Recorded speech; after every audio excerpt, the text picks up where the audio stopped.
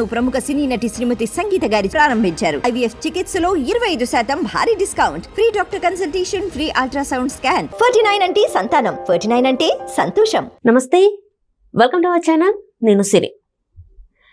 ఇప్పుడు రెండు తెలుగు రాష్ట్రాలలో ప్రముఖంగా వినిపిస్తున్న పేరు విజయసాయి రెడ్డి. సో విజయసాయి రెడ్డి గారు చేసిన అంటే చాలా వరకు భూ కబ్జాల గురించి కూడా మనం విన్నాము. అయితే ఇప్పుడు ఆంధ్రాలో ఉన్న ఏసీఐకి విముక్తి కలిగిందని చెప్పేసి అయితే మరి వార్తలు వస్తున్నాయి. దీని మీద అంటే టీడీపీ ఎంపీ ఉక్కుపాదం పడిందని కూడా మనకి వార్తలు వస్తున్నాయి. సో ఈ అంశాన్ని మనకి వివరించడానికి మనతో పాటు ఉన్నారు ప్రముఖ రాజకీయ విశ్లేషకులు కిలారు నాగార్జున గారు. నమస్కారం సార్. నమస్తే సార్. ఇప్పుడు చూస్తున్నట్టయితే మనం చూసాం ఏపీలో విజయసాయి రెడ్డి గారి అంటే వైజాగ్లో మనం వింటే గతంలో చాలా వరకు భూ కబ్జాలకి పాల్పడ్డారు విజయసాయి రెడ్డి గారు అని చెప్పేసి చాలా అనేక వార్తలు అయితే విన్నాం. అండ్ ఇప్పుడు ఏసీఏకి కూడా విముక్తి కలిగింది అని చెప్పేసి మరి వార్తలు వస్తున్నాయి. ఇది ఎంతవరకు వాస్తవం, అసలు ఏం జరిగిందంటారు? జనరల్గా అధికార పార్టీ వాళ్ళు ఎవరైతే ఉన్నారో, అధికారంలో ఎవరైతే ఉన్నారో వాళ్ళకి సంబంధించినటువంటి వ్యక్తుల చేతిలోకే ఈ ఏసీఏ అంటే ఆంధ్ర క్రికెట్ అసోసియేషన్, దానికి సంబంధించినటువంటి పాలక మండలి ఏదైతే ఉందో వాళ్ళు ఆ పార్టీకి సంబంధించినటువంటి వాళ్ళని తీసుకోవడం అనేటువంటి జరుగుతోంది. గతంలో జగన్మోహన్ రెడ్డి గారి తర్వాత విజయసాయి రెడ్డి గారే నంబర్ 2 అనేటువంటి భావన అందరిలో కలిగింది మీకు. ఆయన ఇందుగలడందు లేడన్నట్టుగా ప్రతి దాంట్లో ఆయనే ఉండేవాడు. అన్నిటికంటే ముందు వెళ్ళిపోయి రకరకాలుగా తన కామెంట్స్ ద్వారా, తన ట్వీట్స్ ద్వారా అందరినీ చికాకు పరుస్తూ ఉండేవాడు. అలాగే ఆయన యొక్క ఇన్ఫ్లుయెన్స్ అనేటువంటిది ఆంధ్ర క్రికెట్ అసోసియేషన్ మీద కూడా పడి ఆయనకి అల్లుడు వరుస అయ్యేటువంటి వాళ్ళు ఎవరో దానికి చైర్మన్గా ఉన్నారనేటువంటిది, దానికి అధ్యక్షుడిగా ఉన్నారనేది మనం చూస్తున్నాం. దాని మీద కూడా చాలా విమర్శలు వచ్చినాయి. అసలు విజయసాయి రెడ్డి ఏంటి, విజయసాయి రెడ్డికి ఆంధ్ర క్రికెట్ అసోసియేషన్కి సంబంధం ఏంటి అనేటువంటిది గతంలో చాలామంది విమర్శించారు.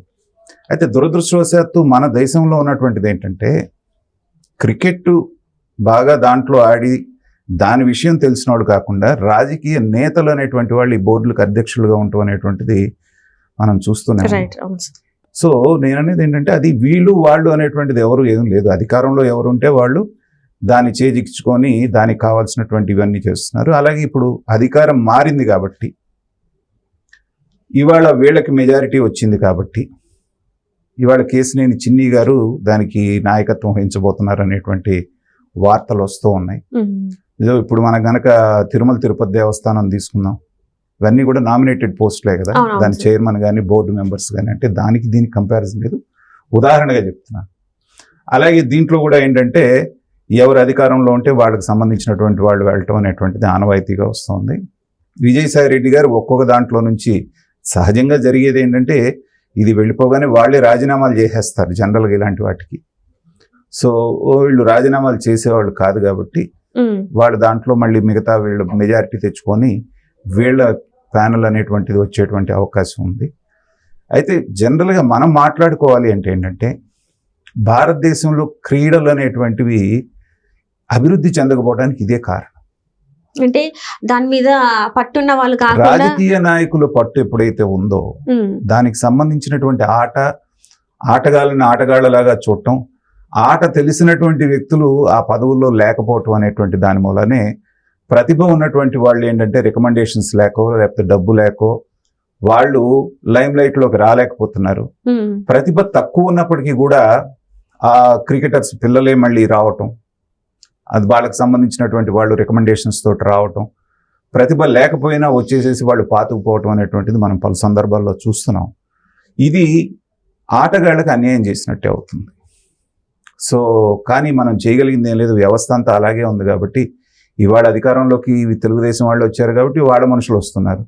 రేపొద్దున మళ్ళీ పార్టీ మారి ఇంకొక పార్టీ వస్తే వాళ్ళ చేతుల్లోకి వెళ్తూ ఉంటుంది. కాబట్టి ఆ టైం ఏదైతే అయిపోయి వచ్చినట్టుంది, అది రాగానే మారేటువంటి అవకాశం కనబడుతూ ఉంది. చూద్దాం మరి. వీళ్ళు మాత్రం క్రీడల మీద దాన్ని అభివృద్ధి చేయాలని ప్రతి వాళ్ళు మాట్లాడుతుంటారు. కానీ ఎంతవరకు అభివృద్ధి చేశారు అంటే ఎక్కడ వేసినటువంటి గొంగళి అక్కడే ఉంటుంది.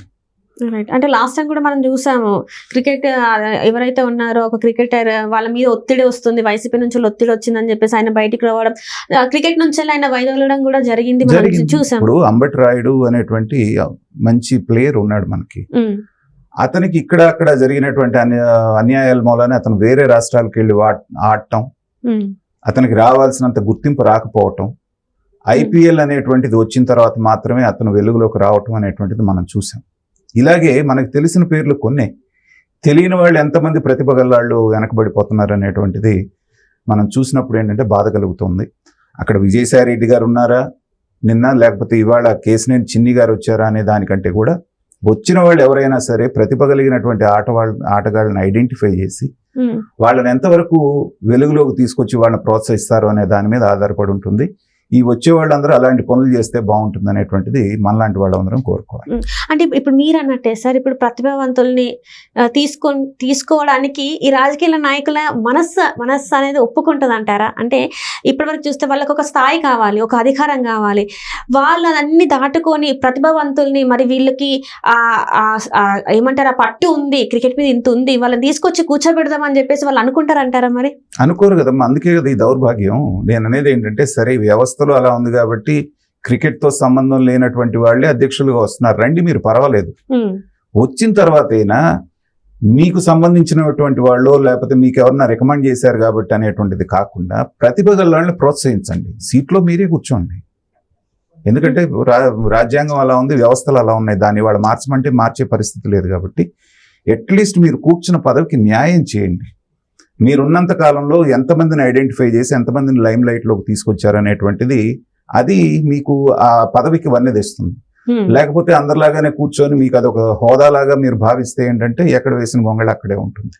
మిగతా దేశాల్లో ఉన్నటువంటి క్రీడాకారులు ఎందుకు రాణిస్తున్నారు? 140 కోట్ల పైన జనాభా ఉన్నటువంటి మన దగ్గర నుంచి ఒలింపిక్ దీంట్లో ఒక్క గోల్డ్ మెడల్ వస్తే మనం సంబరాలు చేసుకుంటున్నాం. చిన్న చిన్న కంట్రీస్ కూడా 5-10 గోల్డ్ మెడల్స్ కొట్టుకుపోతున్నారు. పక్కన ఉన్న చైనా చూస్తున్నాం మనం, వాళ్ళు ఎన్ని గోల్డ్ మెడల్స్ కొడుతున్నారు. ఇది లేకుండా మనం ఎంతసేపటికి ఈ రాజకీయాల్లో పడిపోయి రొచ్చులో వాళ్ళని వీళ్ళు తిట్టుకొని వీళ్ళని వాళ్ళు తిట్టుకొని సరైనటువంటి క్రీడాకారులను ప్రోత్సహించడం జరగట్లేదు. అది జరగాలని మనందరం కోరుకుంటాం.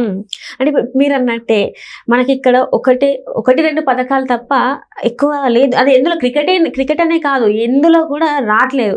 ఎందుకంటారంటే ఇక్కడ చూస్తున్నట్టయితే చాలా రకంగా అంటే బయట వస్తుంది ఏంటంటే ఒత్తిడి, రాజకీయ ఒత్తిడి ఒకటి. అంటే వాళ్ళు ఎవరైతే ఇప్పుడు క్రికెటే కావచ్చు, ఇంకేదైనా కావచ్చు, ఆ పైన ఉన్న వాళ్ళు వీళ్ళని రికమెండ్ చేయడం, వాళ్ళని రికమెండ్ చేయడం, ఎవరైతే కరెక్ట్గా వాళ్ళ దగ్గర ఒక ఏమంటారు ప్రతిభ ఉందో వాళ్ళని మాత్రం తీసుకోవడానికి వాళ్ళ వెనకాల బ్యాక్గ్రౌండ్ లేదు, డబ్బు లేదు అని చెప్పేసి మాట్లాడుతూ ఉంటారు. మరి నిజంగా ఇప్పుడైనా మన మార్పు జరిగే అవకాశం ఉందంటారా? ఇప్పటికీ ఇంకా అట్లనే ఉంటది అంటారా? గుర్తించలేరు అంటారా? మిగతా క్రీడలతో పోల్చుకుంటే కొంతవరకు క్రికెట్ పర్వాలేదమ్మా. ఎందుకంటే భారతదేశానికి ఎంతో క్రీడల్లో పేరు తీసుకొచ్చినటువంటిది ఏదైనా ఉంది అంటే క్రికెటే. అన్ని చోట్ల మనకి వెళ్ళిన చోట్లంతా వెలుగుతా ఉంది. తర్వాత ఐపీఎల్ అనేటువంటి దాని పుణ్యాన ఈ బోర్డులు వీళ్ళు అందరూ నెగ్లెక్ట్ చేసి రాజకీయాల్లో పైకి రాలేనటువంటి క్రీడాకారులకి ఇది ఐపీఎల్ అనేటువంటిది చాలా దోహదపడుతుంది. ఎందుకంటే దాదాపు 8-10 టీమ్స్ పోటీ పడుతున్నప్పుడు ఏంటంటే ప్రతిభ గల్లాలని వాళ్ళు ఐడెంటిఫై చేసి తీసుకుంటున్నారు. కాబట్టి కొంతవరకు వాళ్ళకి దాంట్లో అయినా ఆదరణ దక్కుతుంది, అంతవరకు మనం సంతోషించవచ్చు. Right sir, right. Thank you so much.